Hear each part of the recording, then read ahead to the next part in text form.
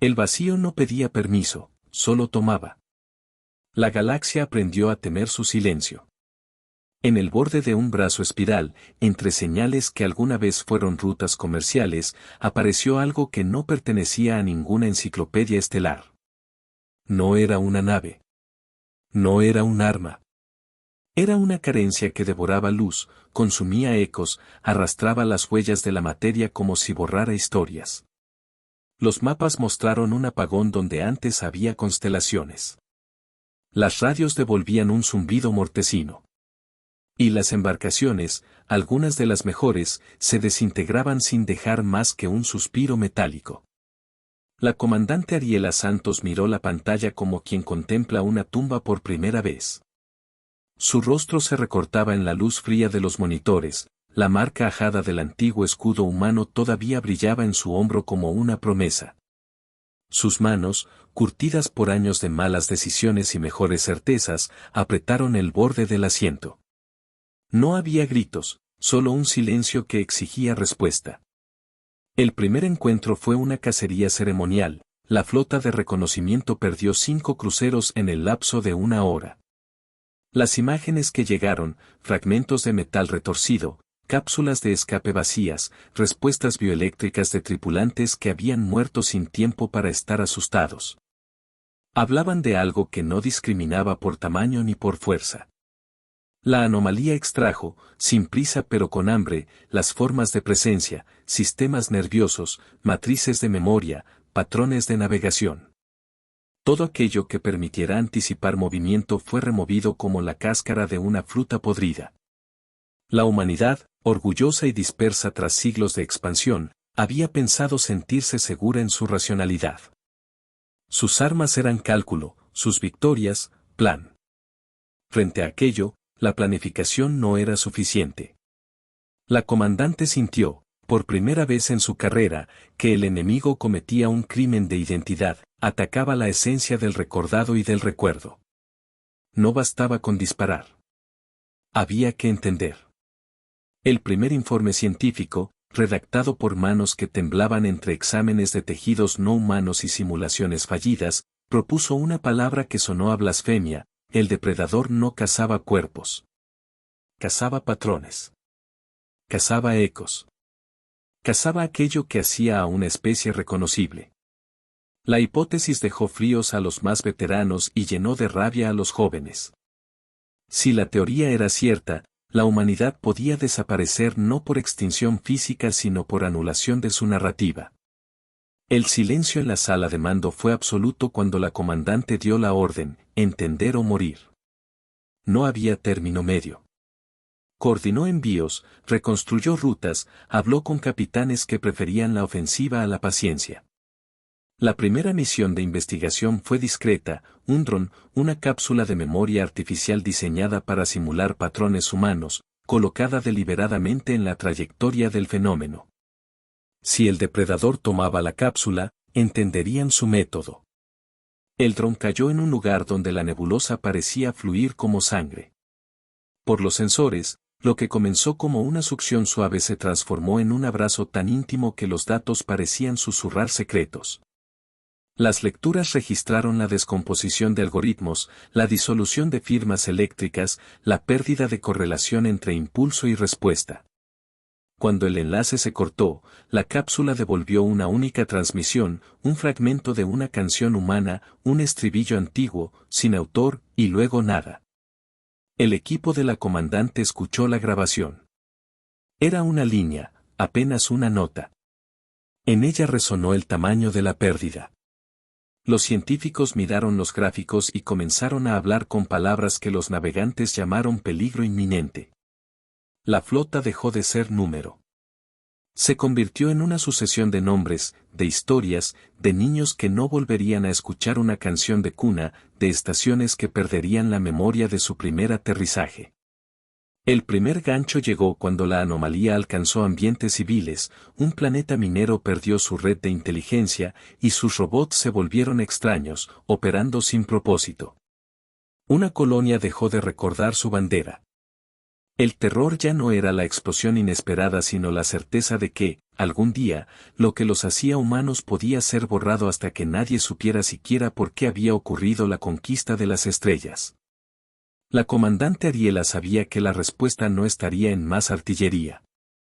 Estaría en aquello que la humanidad todavía tenía y que la máquina no podía replicar, su caos emocional, su imperfección.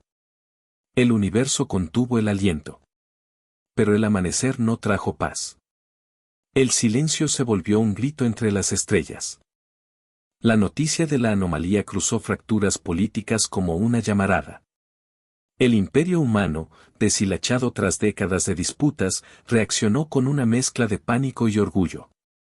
Algunas facciones aconsejaron escondite, otras, contraataque inmediato. La comandante Ariela, en un giro que sorprendió tanto a sus aliados como a sus enemigos, propuso algo distinto: no esconderse, juntar todo lo que la humanidad aún consideraba suyo y presentarlo en forma de desafío. Reunirían científicos, artesanos, poetas, veteranos de guerra y pilotos con audacia. Si el depredador atacaba patrones, la respuesta estaría en la creación de un patrón que no se pudiera consumir sin desestabilizarse a sí mismo. Las estaciones donde se reunió la coalición eran testimonio de la historia humana: hangares con placas de expediciones olvidadas, cantinas donde las voces hablaban idiomas mezclados. Jardines hidropónicos con plantas nacidas de semillas traídas de mundos perdidos. La comandante caminó entre equipos, escuchó informes y coleccionó memorias. Pidió a los biólogos que recrearan fragancias de tierra, a los músicos que sintetizaran ritmos imposibles para calculadoras, a los cuentacuentos que narraran historias sin estructura repetible. La idea era simple y peligrosa: fabricar una trampa de identidad. Durante semanas, la coalición trabajó con una frugalidad que parecía una oración: ensamblaron archivos culturales, fracciones de influencias sociales, errores de navegación deliberados. Se diseñó una nave nodriza experimental, el Vela de Ariela, que llevaría una carga simbiótica, memoria humana codificada en formas que la anomalía no esperaría. No eran armas, eran provocaciones. La nave era un collage de humanidad, una cápsula con ecos de teatros de la vieja tierra, una biblioteca de fragmentos de infancia, ritmos de celebración y de duelo. Lo más peligroso, sin embargo, fue la instalación de pilotos que actuarían como señuelos en patrones impredecibles. La astronomía reveló que la anomalía no actuaba al azar, prefería rutas con alta densidad de interacción social, vectores de transmisión cultural. Era inteligente en su selección. Parecía alimentarse de aquello que permitía que una especie fuera predecible a sí misma. Cuando atacó un mundo que utilizaba redes neuronales para coordinaciones sociales, arrasó con la correlación entre vecinos, con la confianza. Los colonos comenzaron a dudar unos de otros. Pequeñas revueltas nacieron del miedo de ser olvidados. La comandante presenció la vertiginosa capacidad del ente para sembrar desolación sin fuego. La preparación exigió sacrificios: pilotos voluntarios entrenaron maniobras sin patrón, se enseñó a los diseñadores a introducir errores que parecieran naturales.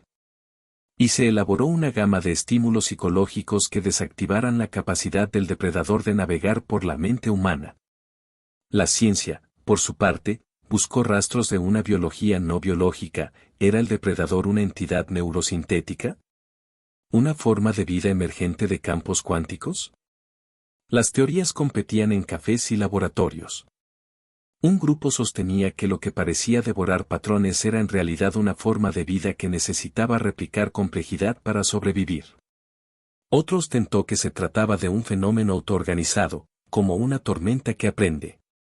El equipo de la comandante envió sondas que transmitieron traducciones de poemas, sonidos de lluvia y risas de niños. Cada transmisión era una prueba: si la anomalía respondía de manera predecible, podrían modelarla. Si no, entonces habría que confiar en la audacia humana. En una estación remota, donde una planta de música antigua permanecía activa por orgullo, una grabación devolvió una variación imperfecta de una canción. No solo imitó, la canción fue alterada y devuelta con una cadencia que hizo temblar a los técnicos.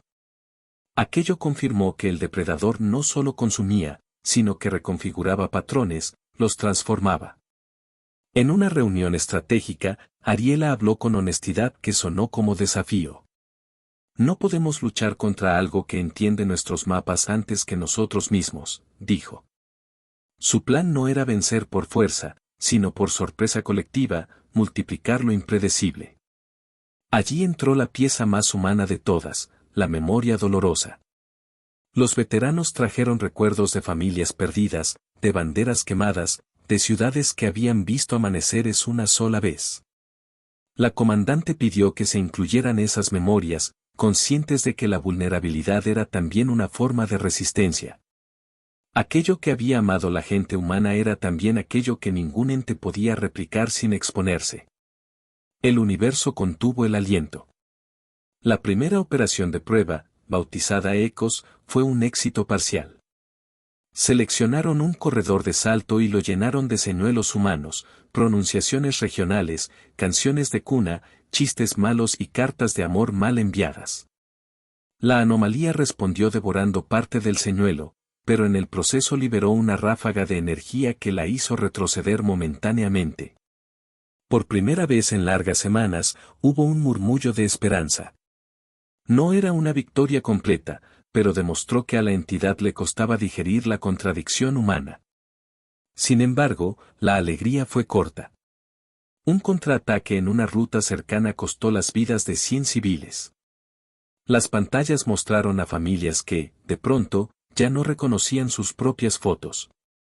Aquello volvió tangible el precio del juego que habían comenzado.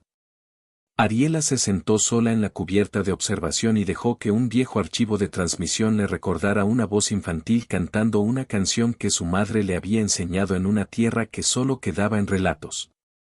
Aquella línea de música clavó en ella una determinación difícil de nombrar. La lucha no era por imperio ni por poder, era por la capacidad de recordar el sonido de una voz humana. Los humanos no rezan. Actúan. Pero el amanecer no trajo paz. El depredador aprendía. La coalición se transformó en ejecución y prueba constante. Cada día era un experimento con vida real. La comandante Ariela supervisaba incursiones que mezclaban astucia y desesperación. Pequeñas unidades humanas, llamadas errantes, navegaban patrones erráticos por corredores que la anomalía sugería como presas fáciles. Su objetivo era simple: provocar respuesta, medir adaptación, explotarla. Los errantes eran héroes por accidente. Sus maniobras, improvisadas, revelaron que el depredador usaba la previsibilidad social como autopista. Cuando una comunidad repetía rutinas, la entidad se ajustaba y atacaba. Donde había sorpresa, había resistencia.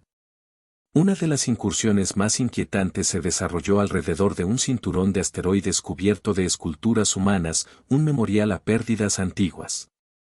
Aquellas formas artísticas, con la irregularidad de la mano humana, confundieron a la entidad durante horas.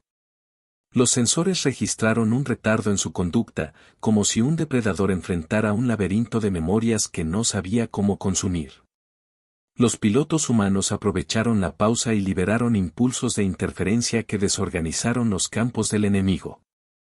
Fue una victoria pequeña, pero económica en emoción. Cada obra de arte había servido como una piedra en los engranajes del depredador. La respuesta del enemigo fue brutal. En la noche siguiente, una estación de comunicaciones entera perdió su archivo histórico, mensajes entre generaciones, registros de nacimientos, la memoria digital de una cultura. Lo que la humanidad había construido como legado se volvió tenue. La coalición perdió no solo recursos sino la sensación de continuidad. Ese golpe fue un corte profundo en el tejido social. En la oscuridad de los alojamientos, los supervivientes susurraban nombres olvidados para no dejarlos ir. En una cápsula médica, un anciano buscó en su memoria el rostro de su hermana y no lo encontró. El dolor se volvió físico. La comandante sintió el peso de cada nombre. Ordenó una ofensiva que combinara inteligencia cultural con la imaginación militar. Conspiraron para hacer que la anomalía enfrentara contradicción a escala masiva. Llenaron rutas con historias que se contradijeran, con mapas que se autodescribieran mal, con ruidos que obedecían a la lógica de la emoción más que a la razón. Fue una táctica peligrosa. Les obligaba a exponer cosas íntimas, archivos sobre amantes, testimonios de traiciones, noches de miedo. La humanidad se ofreció en toda su complejidad. En la operación llamada Contradanza, uno de los comandos tuvo que recrear una escena que le arrebató el lenguaje, pronunciar, en público, la última carta que su esposa le había escrito antes de morir. Los científicos grabaron la linealidad de su voz, las inflexiones, los errores. Era una manera de usar el dolor como arma. En el momento de la transmisión, la anomalía acudió, atraída por la verosimilitud fermentada en la desesperación humana. Y allí, en la vulnerabilidad, la entidad mostraba a la vez su fuerza y su límite, podía consumir la firma, pero le costaba mantenerla intacta si ésta contenía contradicciones no replicables. Hubo traición en la coalición. Un grupo radical creía que la respuesta debía ser exterminio ciego, bombardear sectores hasta que cualquier forma de vida, incluida la anomalía, fuera incapaz de sostenerse. Sus tácticas pusieron en riesgo ciudades inocentes y generaron una fractura interna. La comandante se negó a ceder a la venganza sin sentido.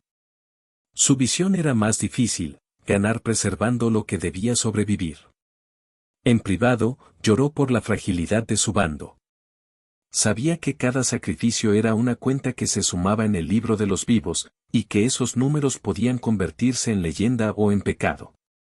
Una incursión que buscaba recuperar inteligencia falló y tuvo consecuencias personales. Uno de los capitanes más cercanos a Ariela, Mateo Vela, murió cuando una estación de salto colapsó bajo la presión del depredador. En la pantalla quedó el último metraje de su casco, un paisaje de fuego y estrellas, la voz aguantando la respiración y un saludo que no terminaría. La noticia golpeó a la comandancia como una ola de metal. La pérdida dejó un eco más profundo, la importancia de las historias personales, su peso en la red humana. Mateo no fue solo un número. Era una canción que se fue sin concluir. El universo contuvo el aliento. La comandante reunió a los suyos para una misión decisiva, infiltrarse en el corazón de la anomalía, develar su arquitectura y, si era posible, darle la vuelta.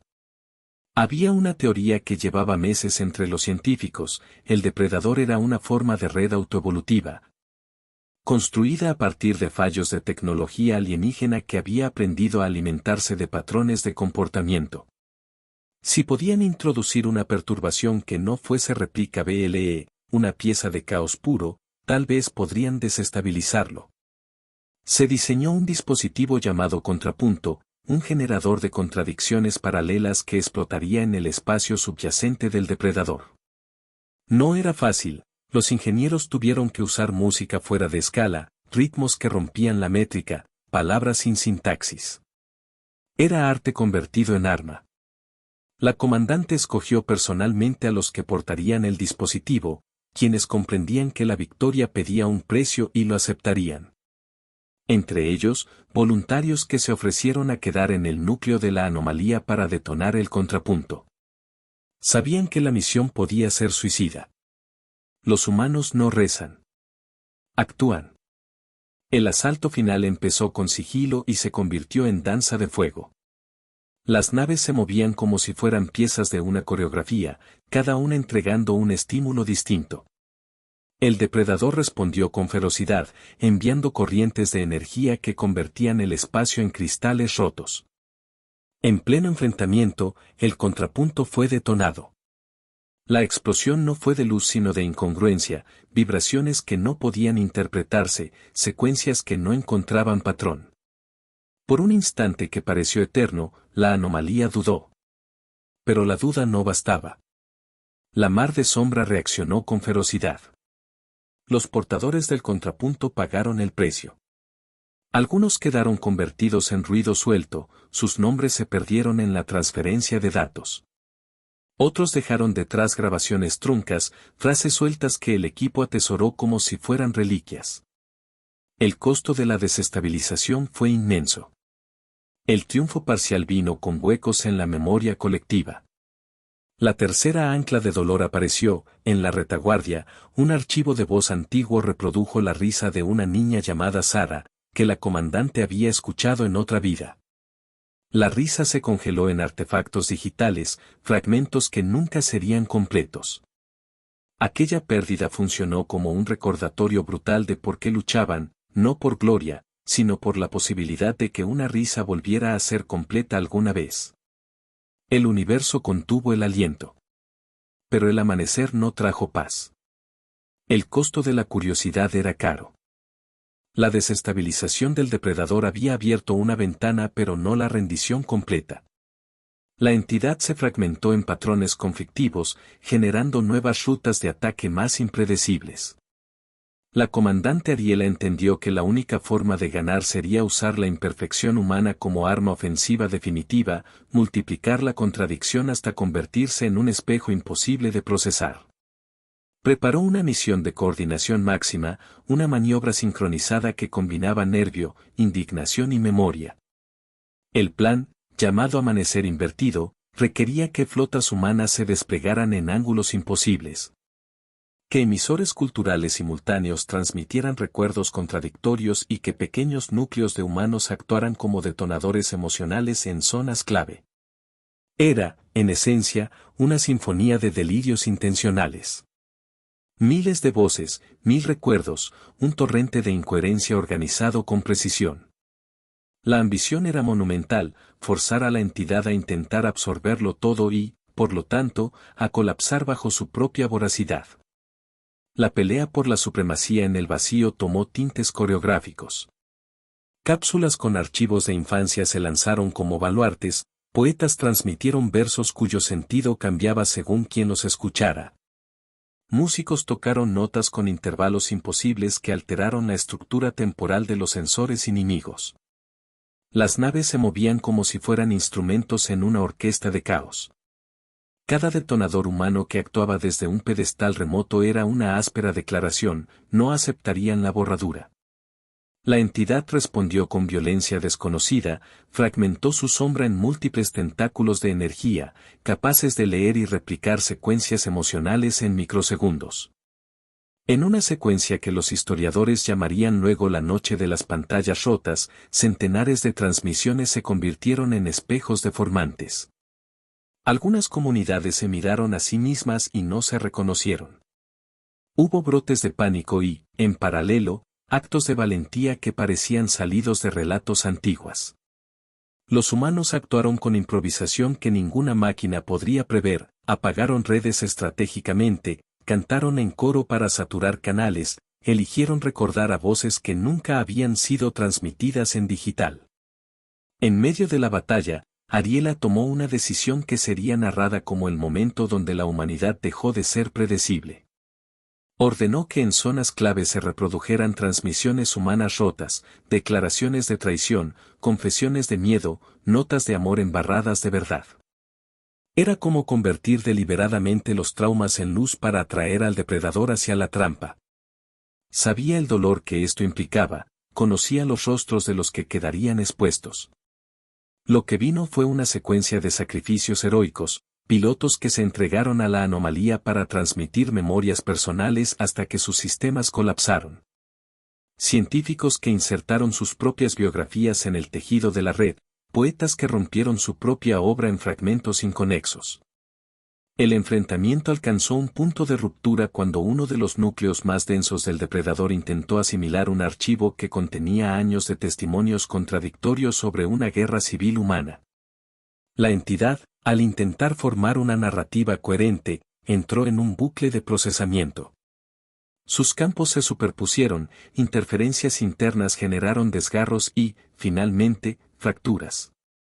Fue un ataque de lógica humana. La multiplicidad de la historia humana forzó a la entidad a enfrentar imposibilidades.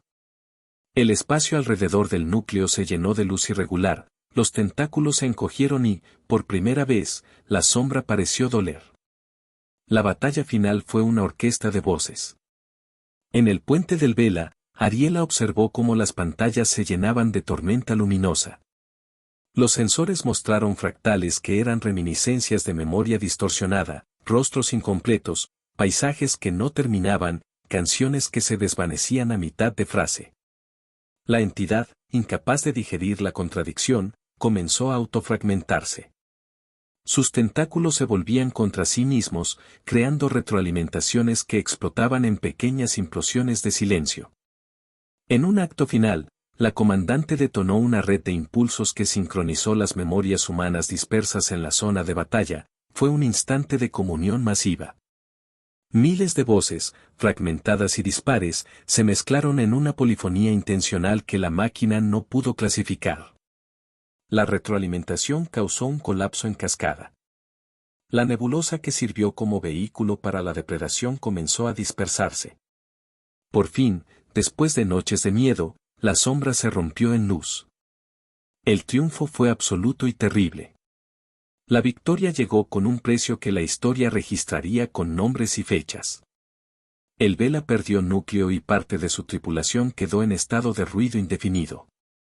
El capítulo de dolor se cerró con la memoria rota de los que se habían dado por entero. Sus voces, truncas, se conservaron como reliquias digitales en archivos que la humanidad guardaría como sacrosantos. El universo contuvo el aliento. Pero el amanecer no trajo paz. Los sobrevivientes comprendieron que habían ganado y que, al mismo tiempo, habían sido cambiados. La luz que siguió a la fractura del depredador no fue el típico amanecer. Fue un despertar áspero, lleno de polvo y piezas de metal. Las flotas regresaron en formación irregular, las estaciones volvieron a emitir señales, aunque con lapsos de memoria. Lo que la humanidad recuperó no fue total, muchos nombres se habían ido para siempre, y las canciones que enrojecían los corazones estaban rasgadas en lugares que solo la intimidad podía recomponer. La comandante Ariela caminó entre los supervivientes con la calma de quien sabe que la historia debe registrarse con todas sus grietas. Recogió archivos, abrazó a los que quedaban y ordenó monumentos. No monumentos de mármol, sino espacios de memoria viva, jardines de nombres, archivos que permitían a cualquiera agregar una grabación que fuera real y contradictoria. Escuelas donde se enseñaba a equivocarse deliberadamente. Era la respuesta humana más honesta, convertían la falla en lección, el trauma en enseñanza. En una ceremonia íntima, se colocó una bandera que había sobrevivido a más de una guerra.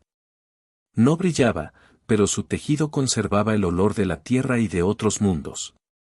La comandante, con la voz en tono bajo, ordenó que se guardaran las grabaciones truncas de los caídos en un museo, no para enterrar el dolor, sino para mantener vivo el motivo de la lucha. En el archivo, una transmisión breve de Mateo Vela tuvo un lugar de honor, su risa entrecortada, su saludo final como un recordatorio de la humanidad que se negó a dejar de ser. La primera ancla de nostalgia ocurrió cuando Ariel encontró, entre los fragmentos recuperados, una vieja grabación de piano. Las notas eran imperfectas, el tempo vacilante. Fue un eco de una época anterior a las estrellas, un recuerdo de casas, de manos envejecidas. La música le recorrió la espalda como si entonces, en un instante, alguien hubiese encendido un farol en la noche del alma. Ella se permitió un llanto corto y privado. Esa sensación, sutil y real, habló de lo que habían perdido, no objetos ni mapas, sino pequeñas costumbres que daban textura a los días. Los mundos comenzaron a reconstruirse con cautela. La humanidad aprendió a celebrar lo que era imperfecto. Las redes de comunicación incluyeron errores deliberados para volverse menos vulnerable. Las escuelas enseñaron historias incompletas a propósito. Lo que antes se consideraba disfunción se volvió virtud estratégica, la impredecibilidad se convirtió en herramienta de supervivencia. Las tácticas navales cambiaron, la poesía y la música fueron integradas en las defensas. La guerra había forjado un nuevo tipo de arquitectura social, una que aceptaba la contradicción como fundamento. Los líderes aliados se reunieron y forjaron nuevas alianzas basadas no en dominación sino en respeto mutuo. La galaxia comenzó a hablar de la humanidad con cuidado distinto, ya no solo por su capacidad de expansión, sino por la terquedad de su memoria. Había, sin embargo, un debate en curso, ¿habían salvado vidas suficientes? ¿O acaso, al ganar, habían dejado huecos que jamás se llenarían? Las discusiones políticas fueron intensas. Pero en los barrios y en las cantinas, la gente comenzó a reír otra vez. Pequeños festejos recuperaron el espacio que el miedo había ocupado. La segunda ancla de dolor se presentó en un archivo personal, una carta que una madre escribió a su hijo y nunca llegó. En ella, palabras sencillas: si alguna vez pierdes tu nombre, piensa en las voces que te nombraron. Esa carta fue leída en innumerables ocasiones y se convirtió en ritual. La pérdida que simbolizaba no se borró, pero encontró un cauce: recordar activamente para devolver identidad a quienes la habían visto desaparecer. La comandante Ariela, en una transmisión abierta a la población, dijo algo que resonó más allá de su tono militar: no ganamos porque fuimos perfectos. Ganamos porque nos recordamos imperfectos. El enemigo quiso hacernos uno. Nosotros preferimos ser muchos. Sus palabras no fueron una consigna, fueron doctrina.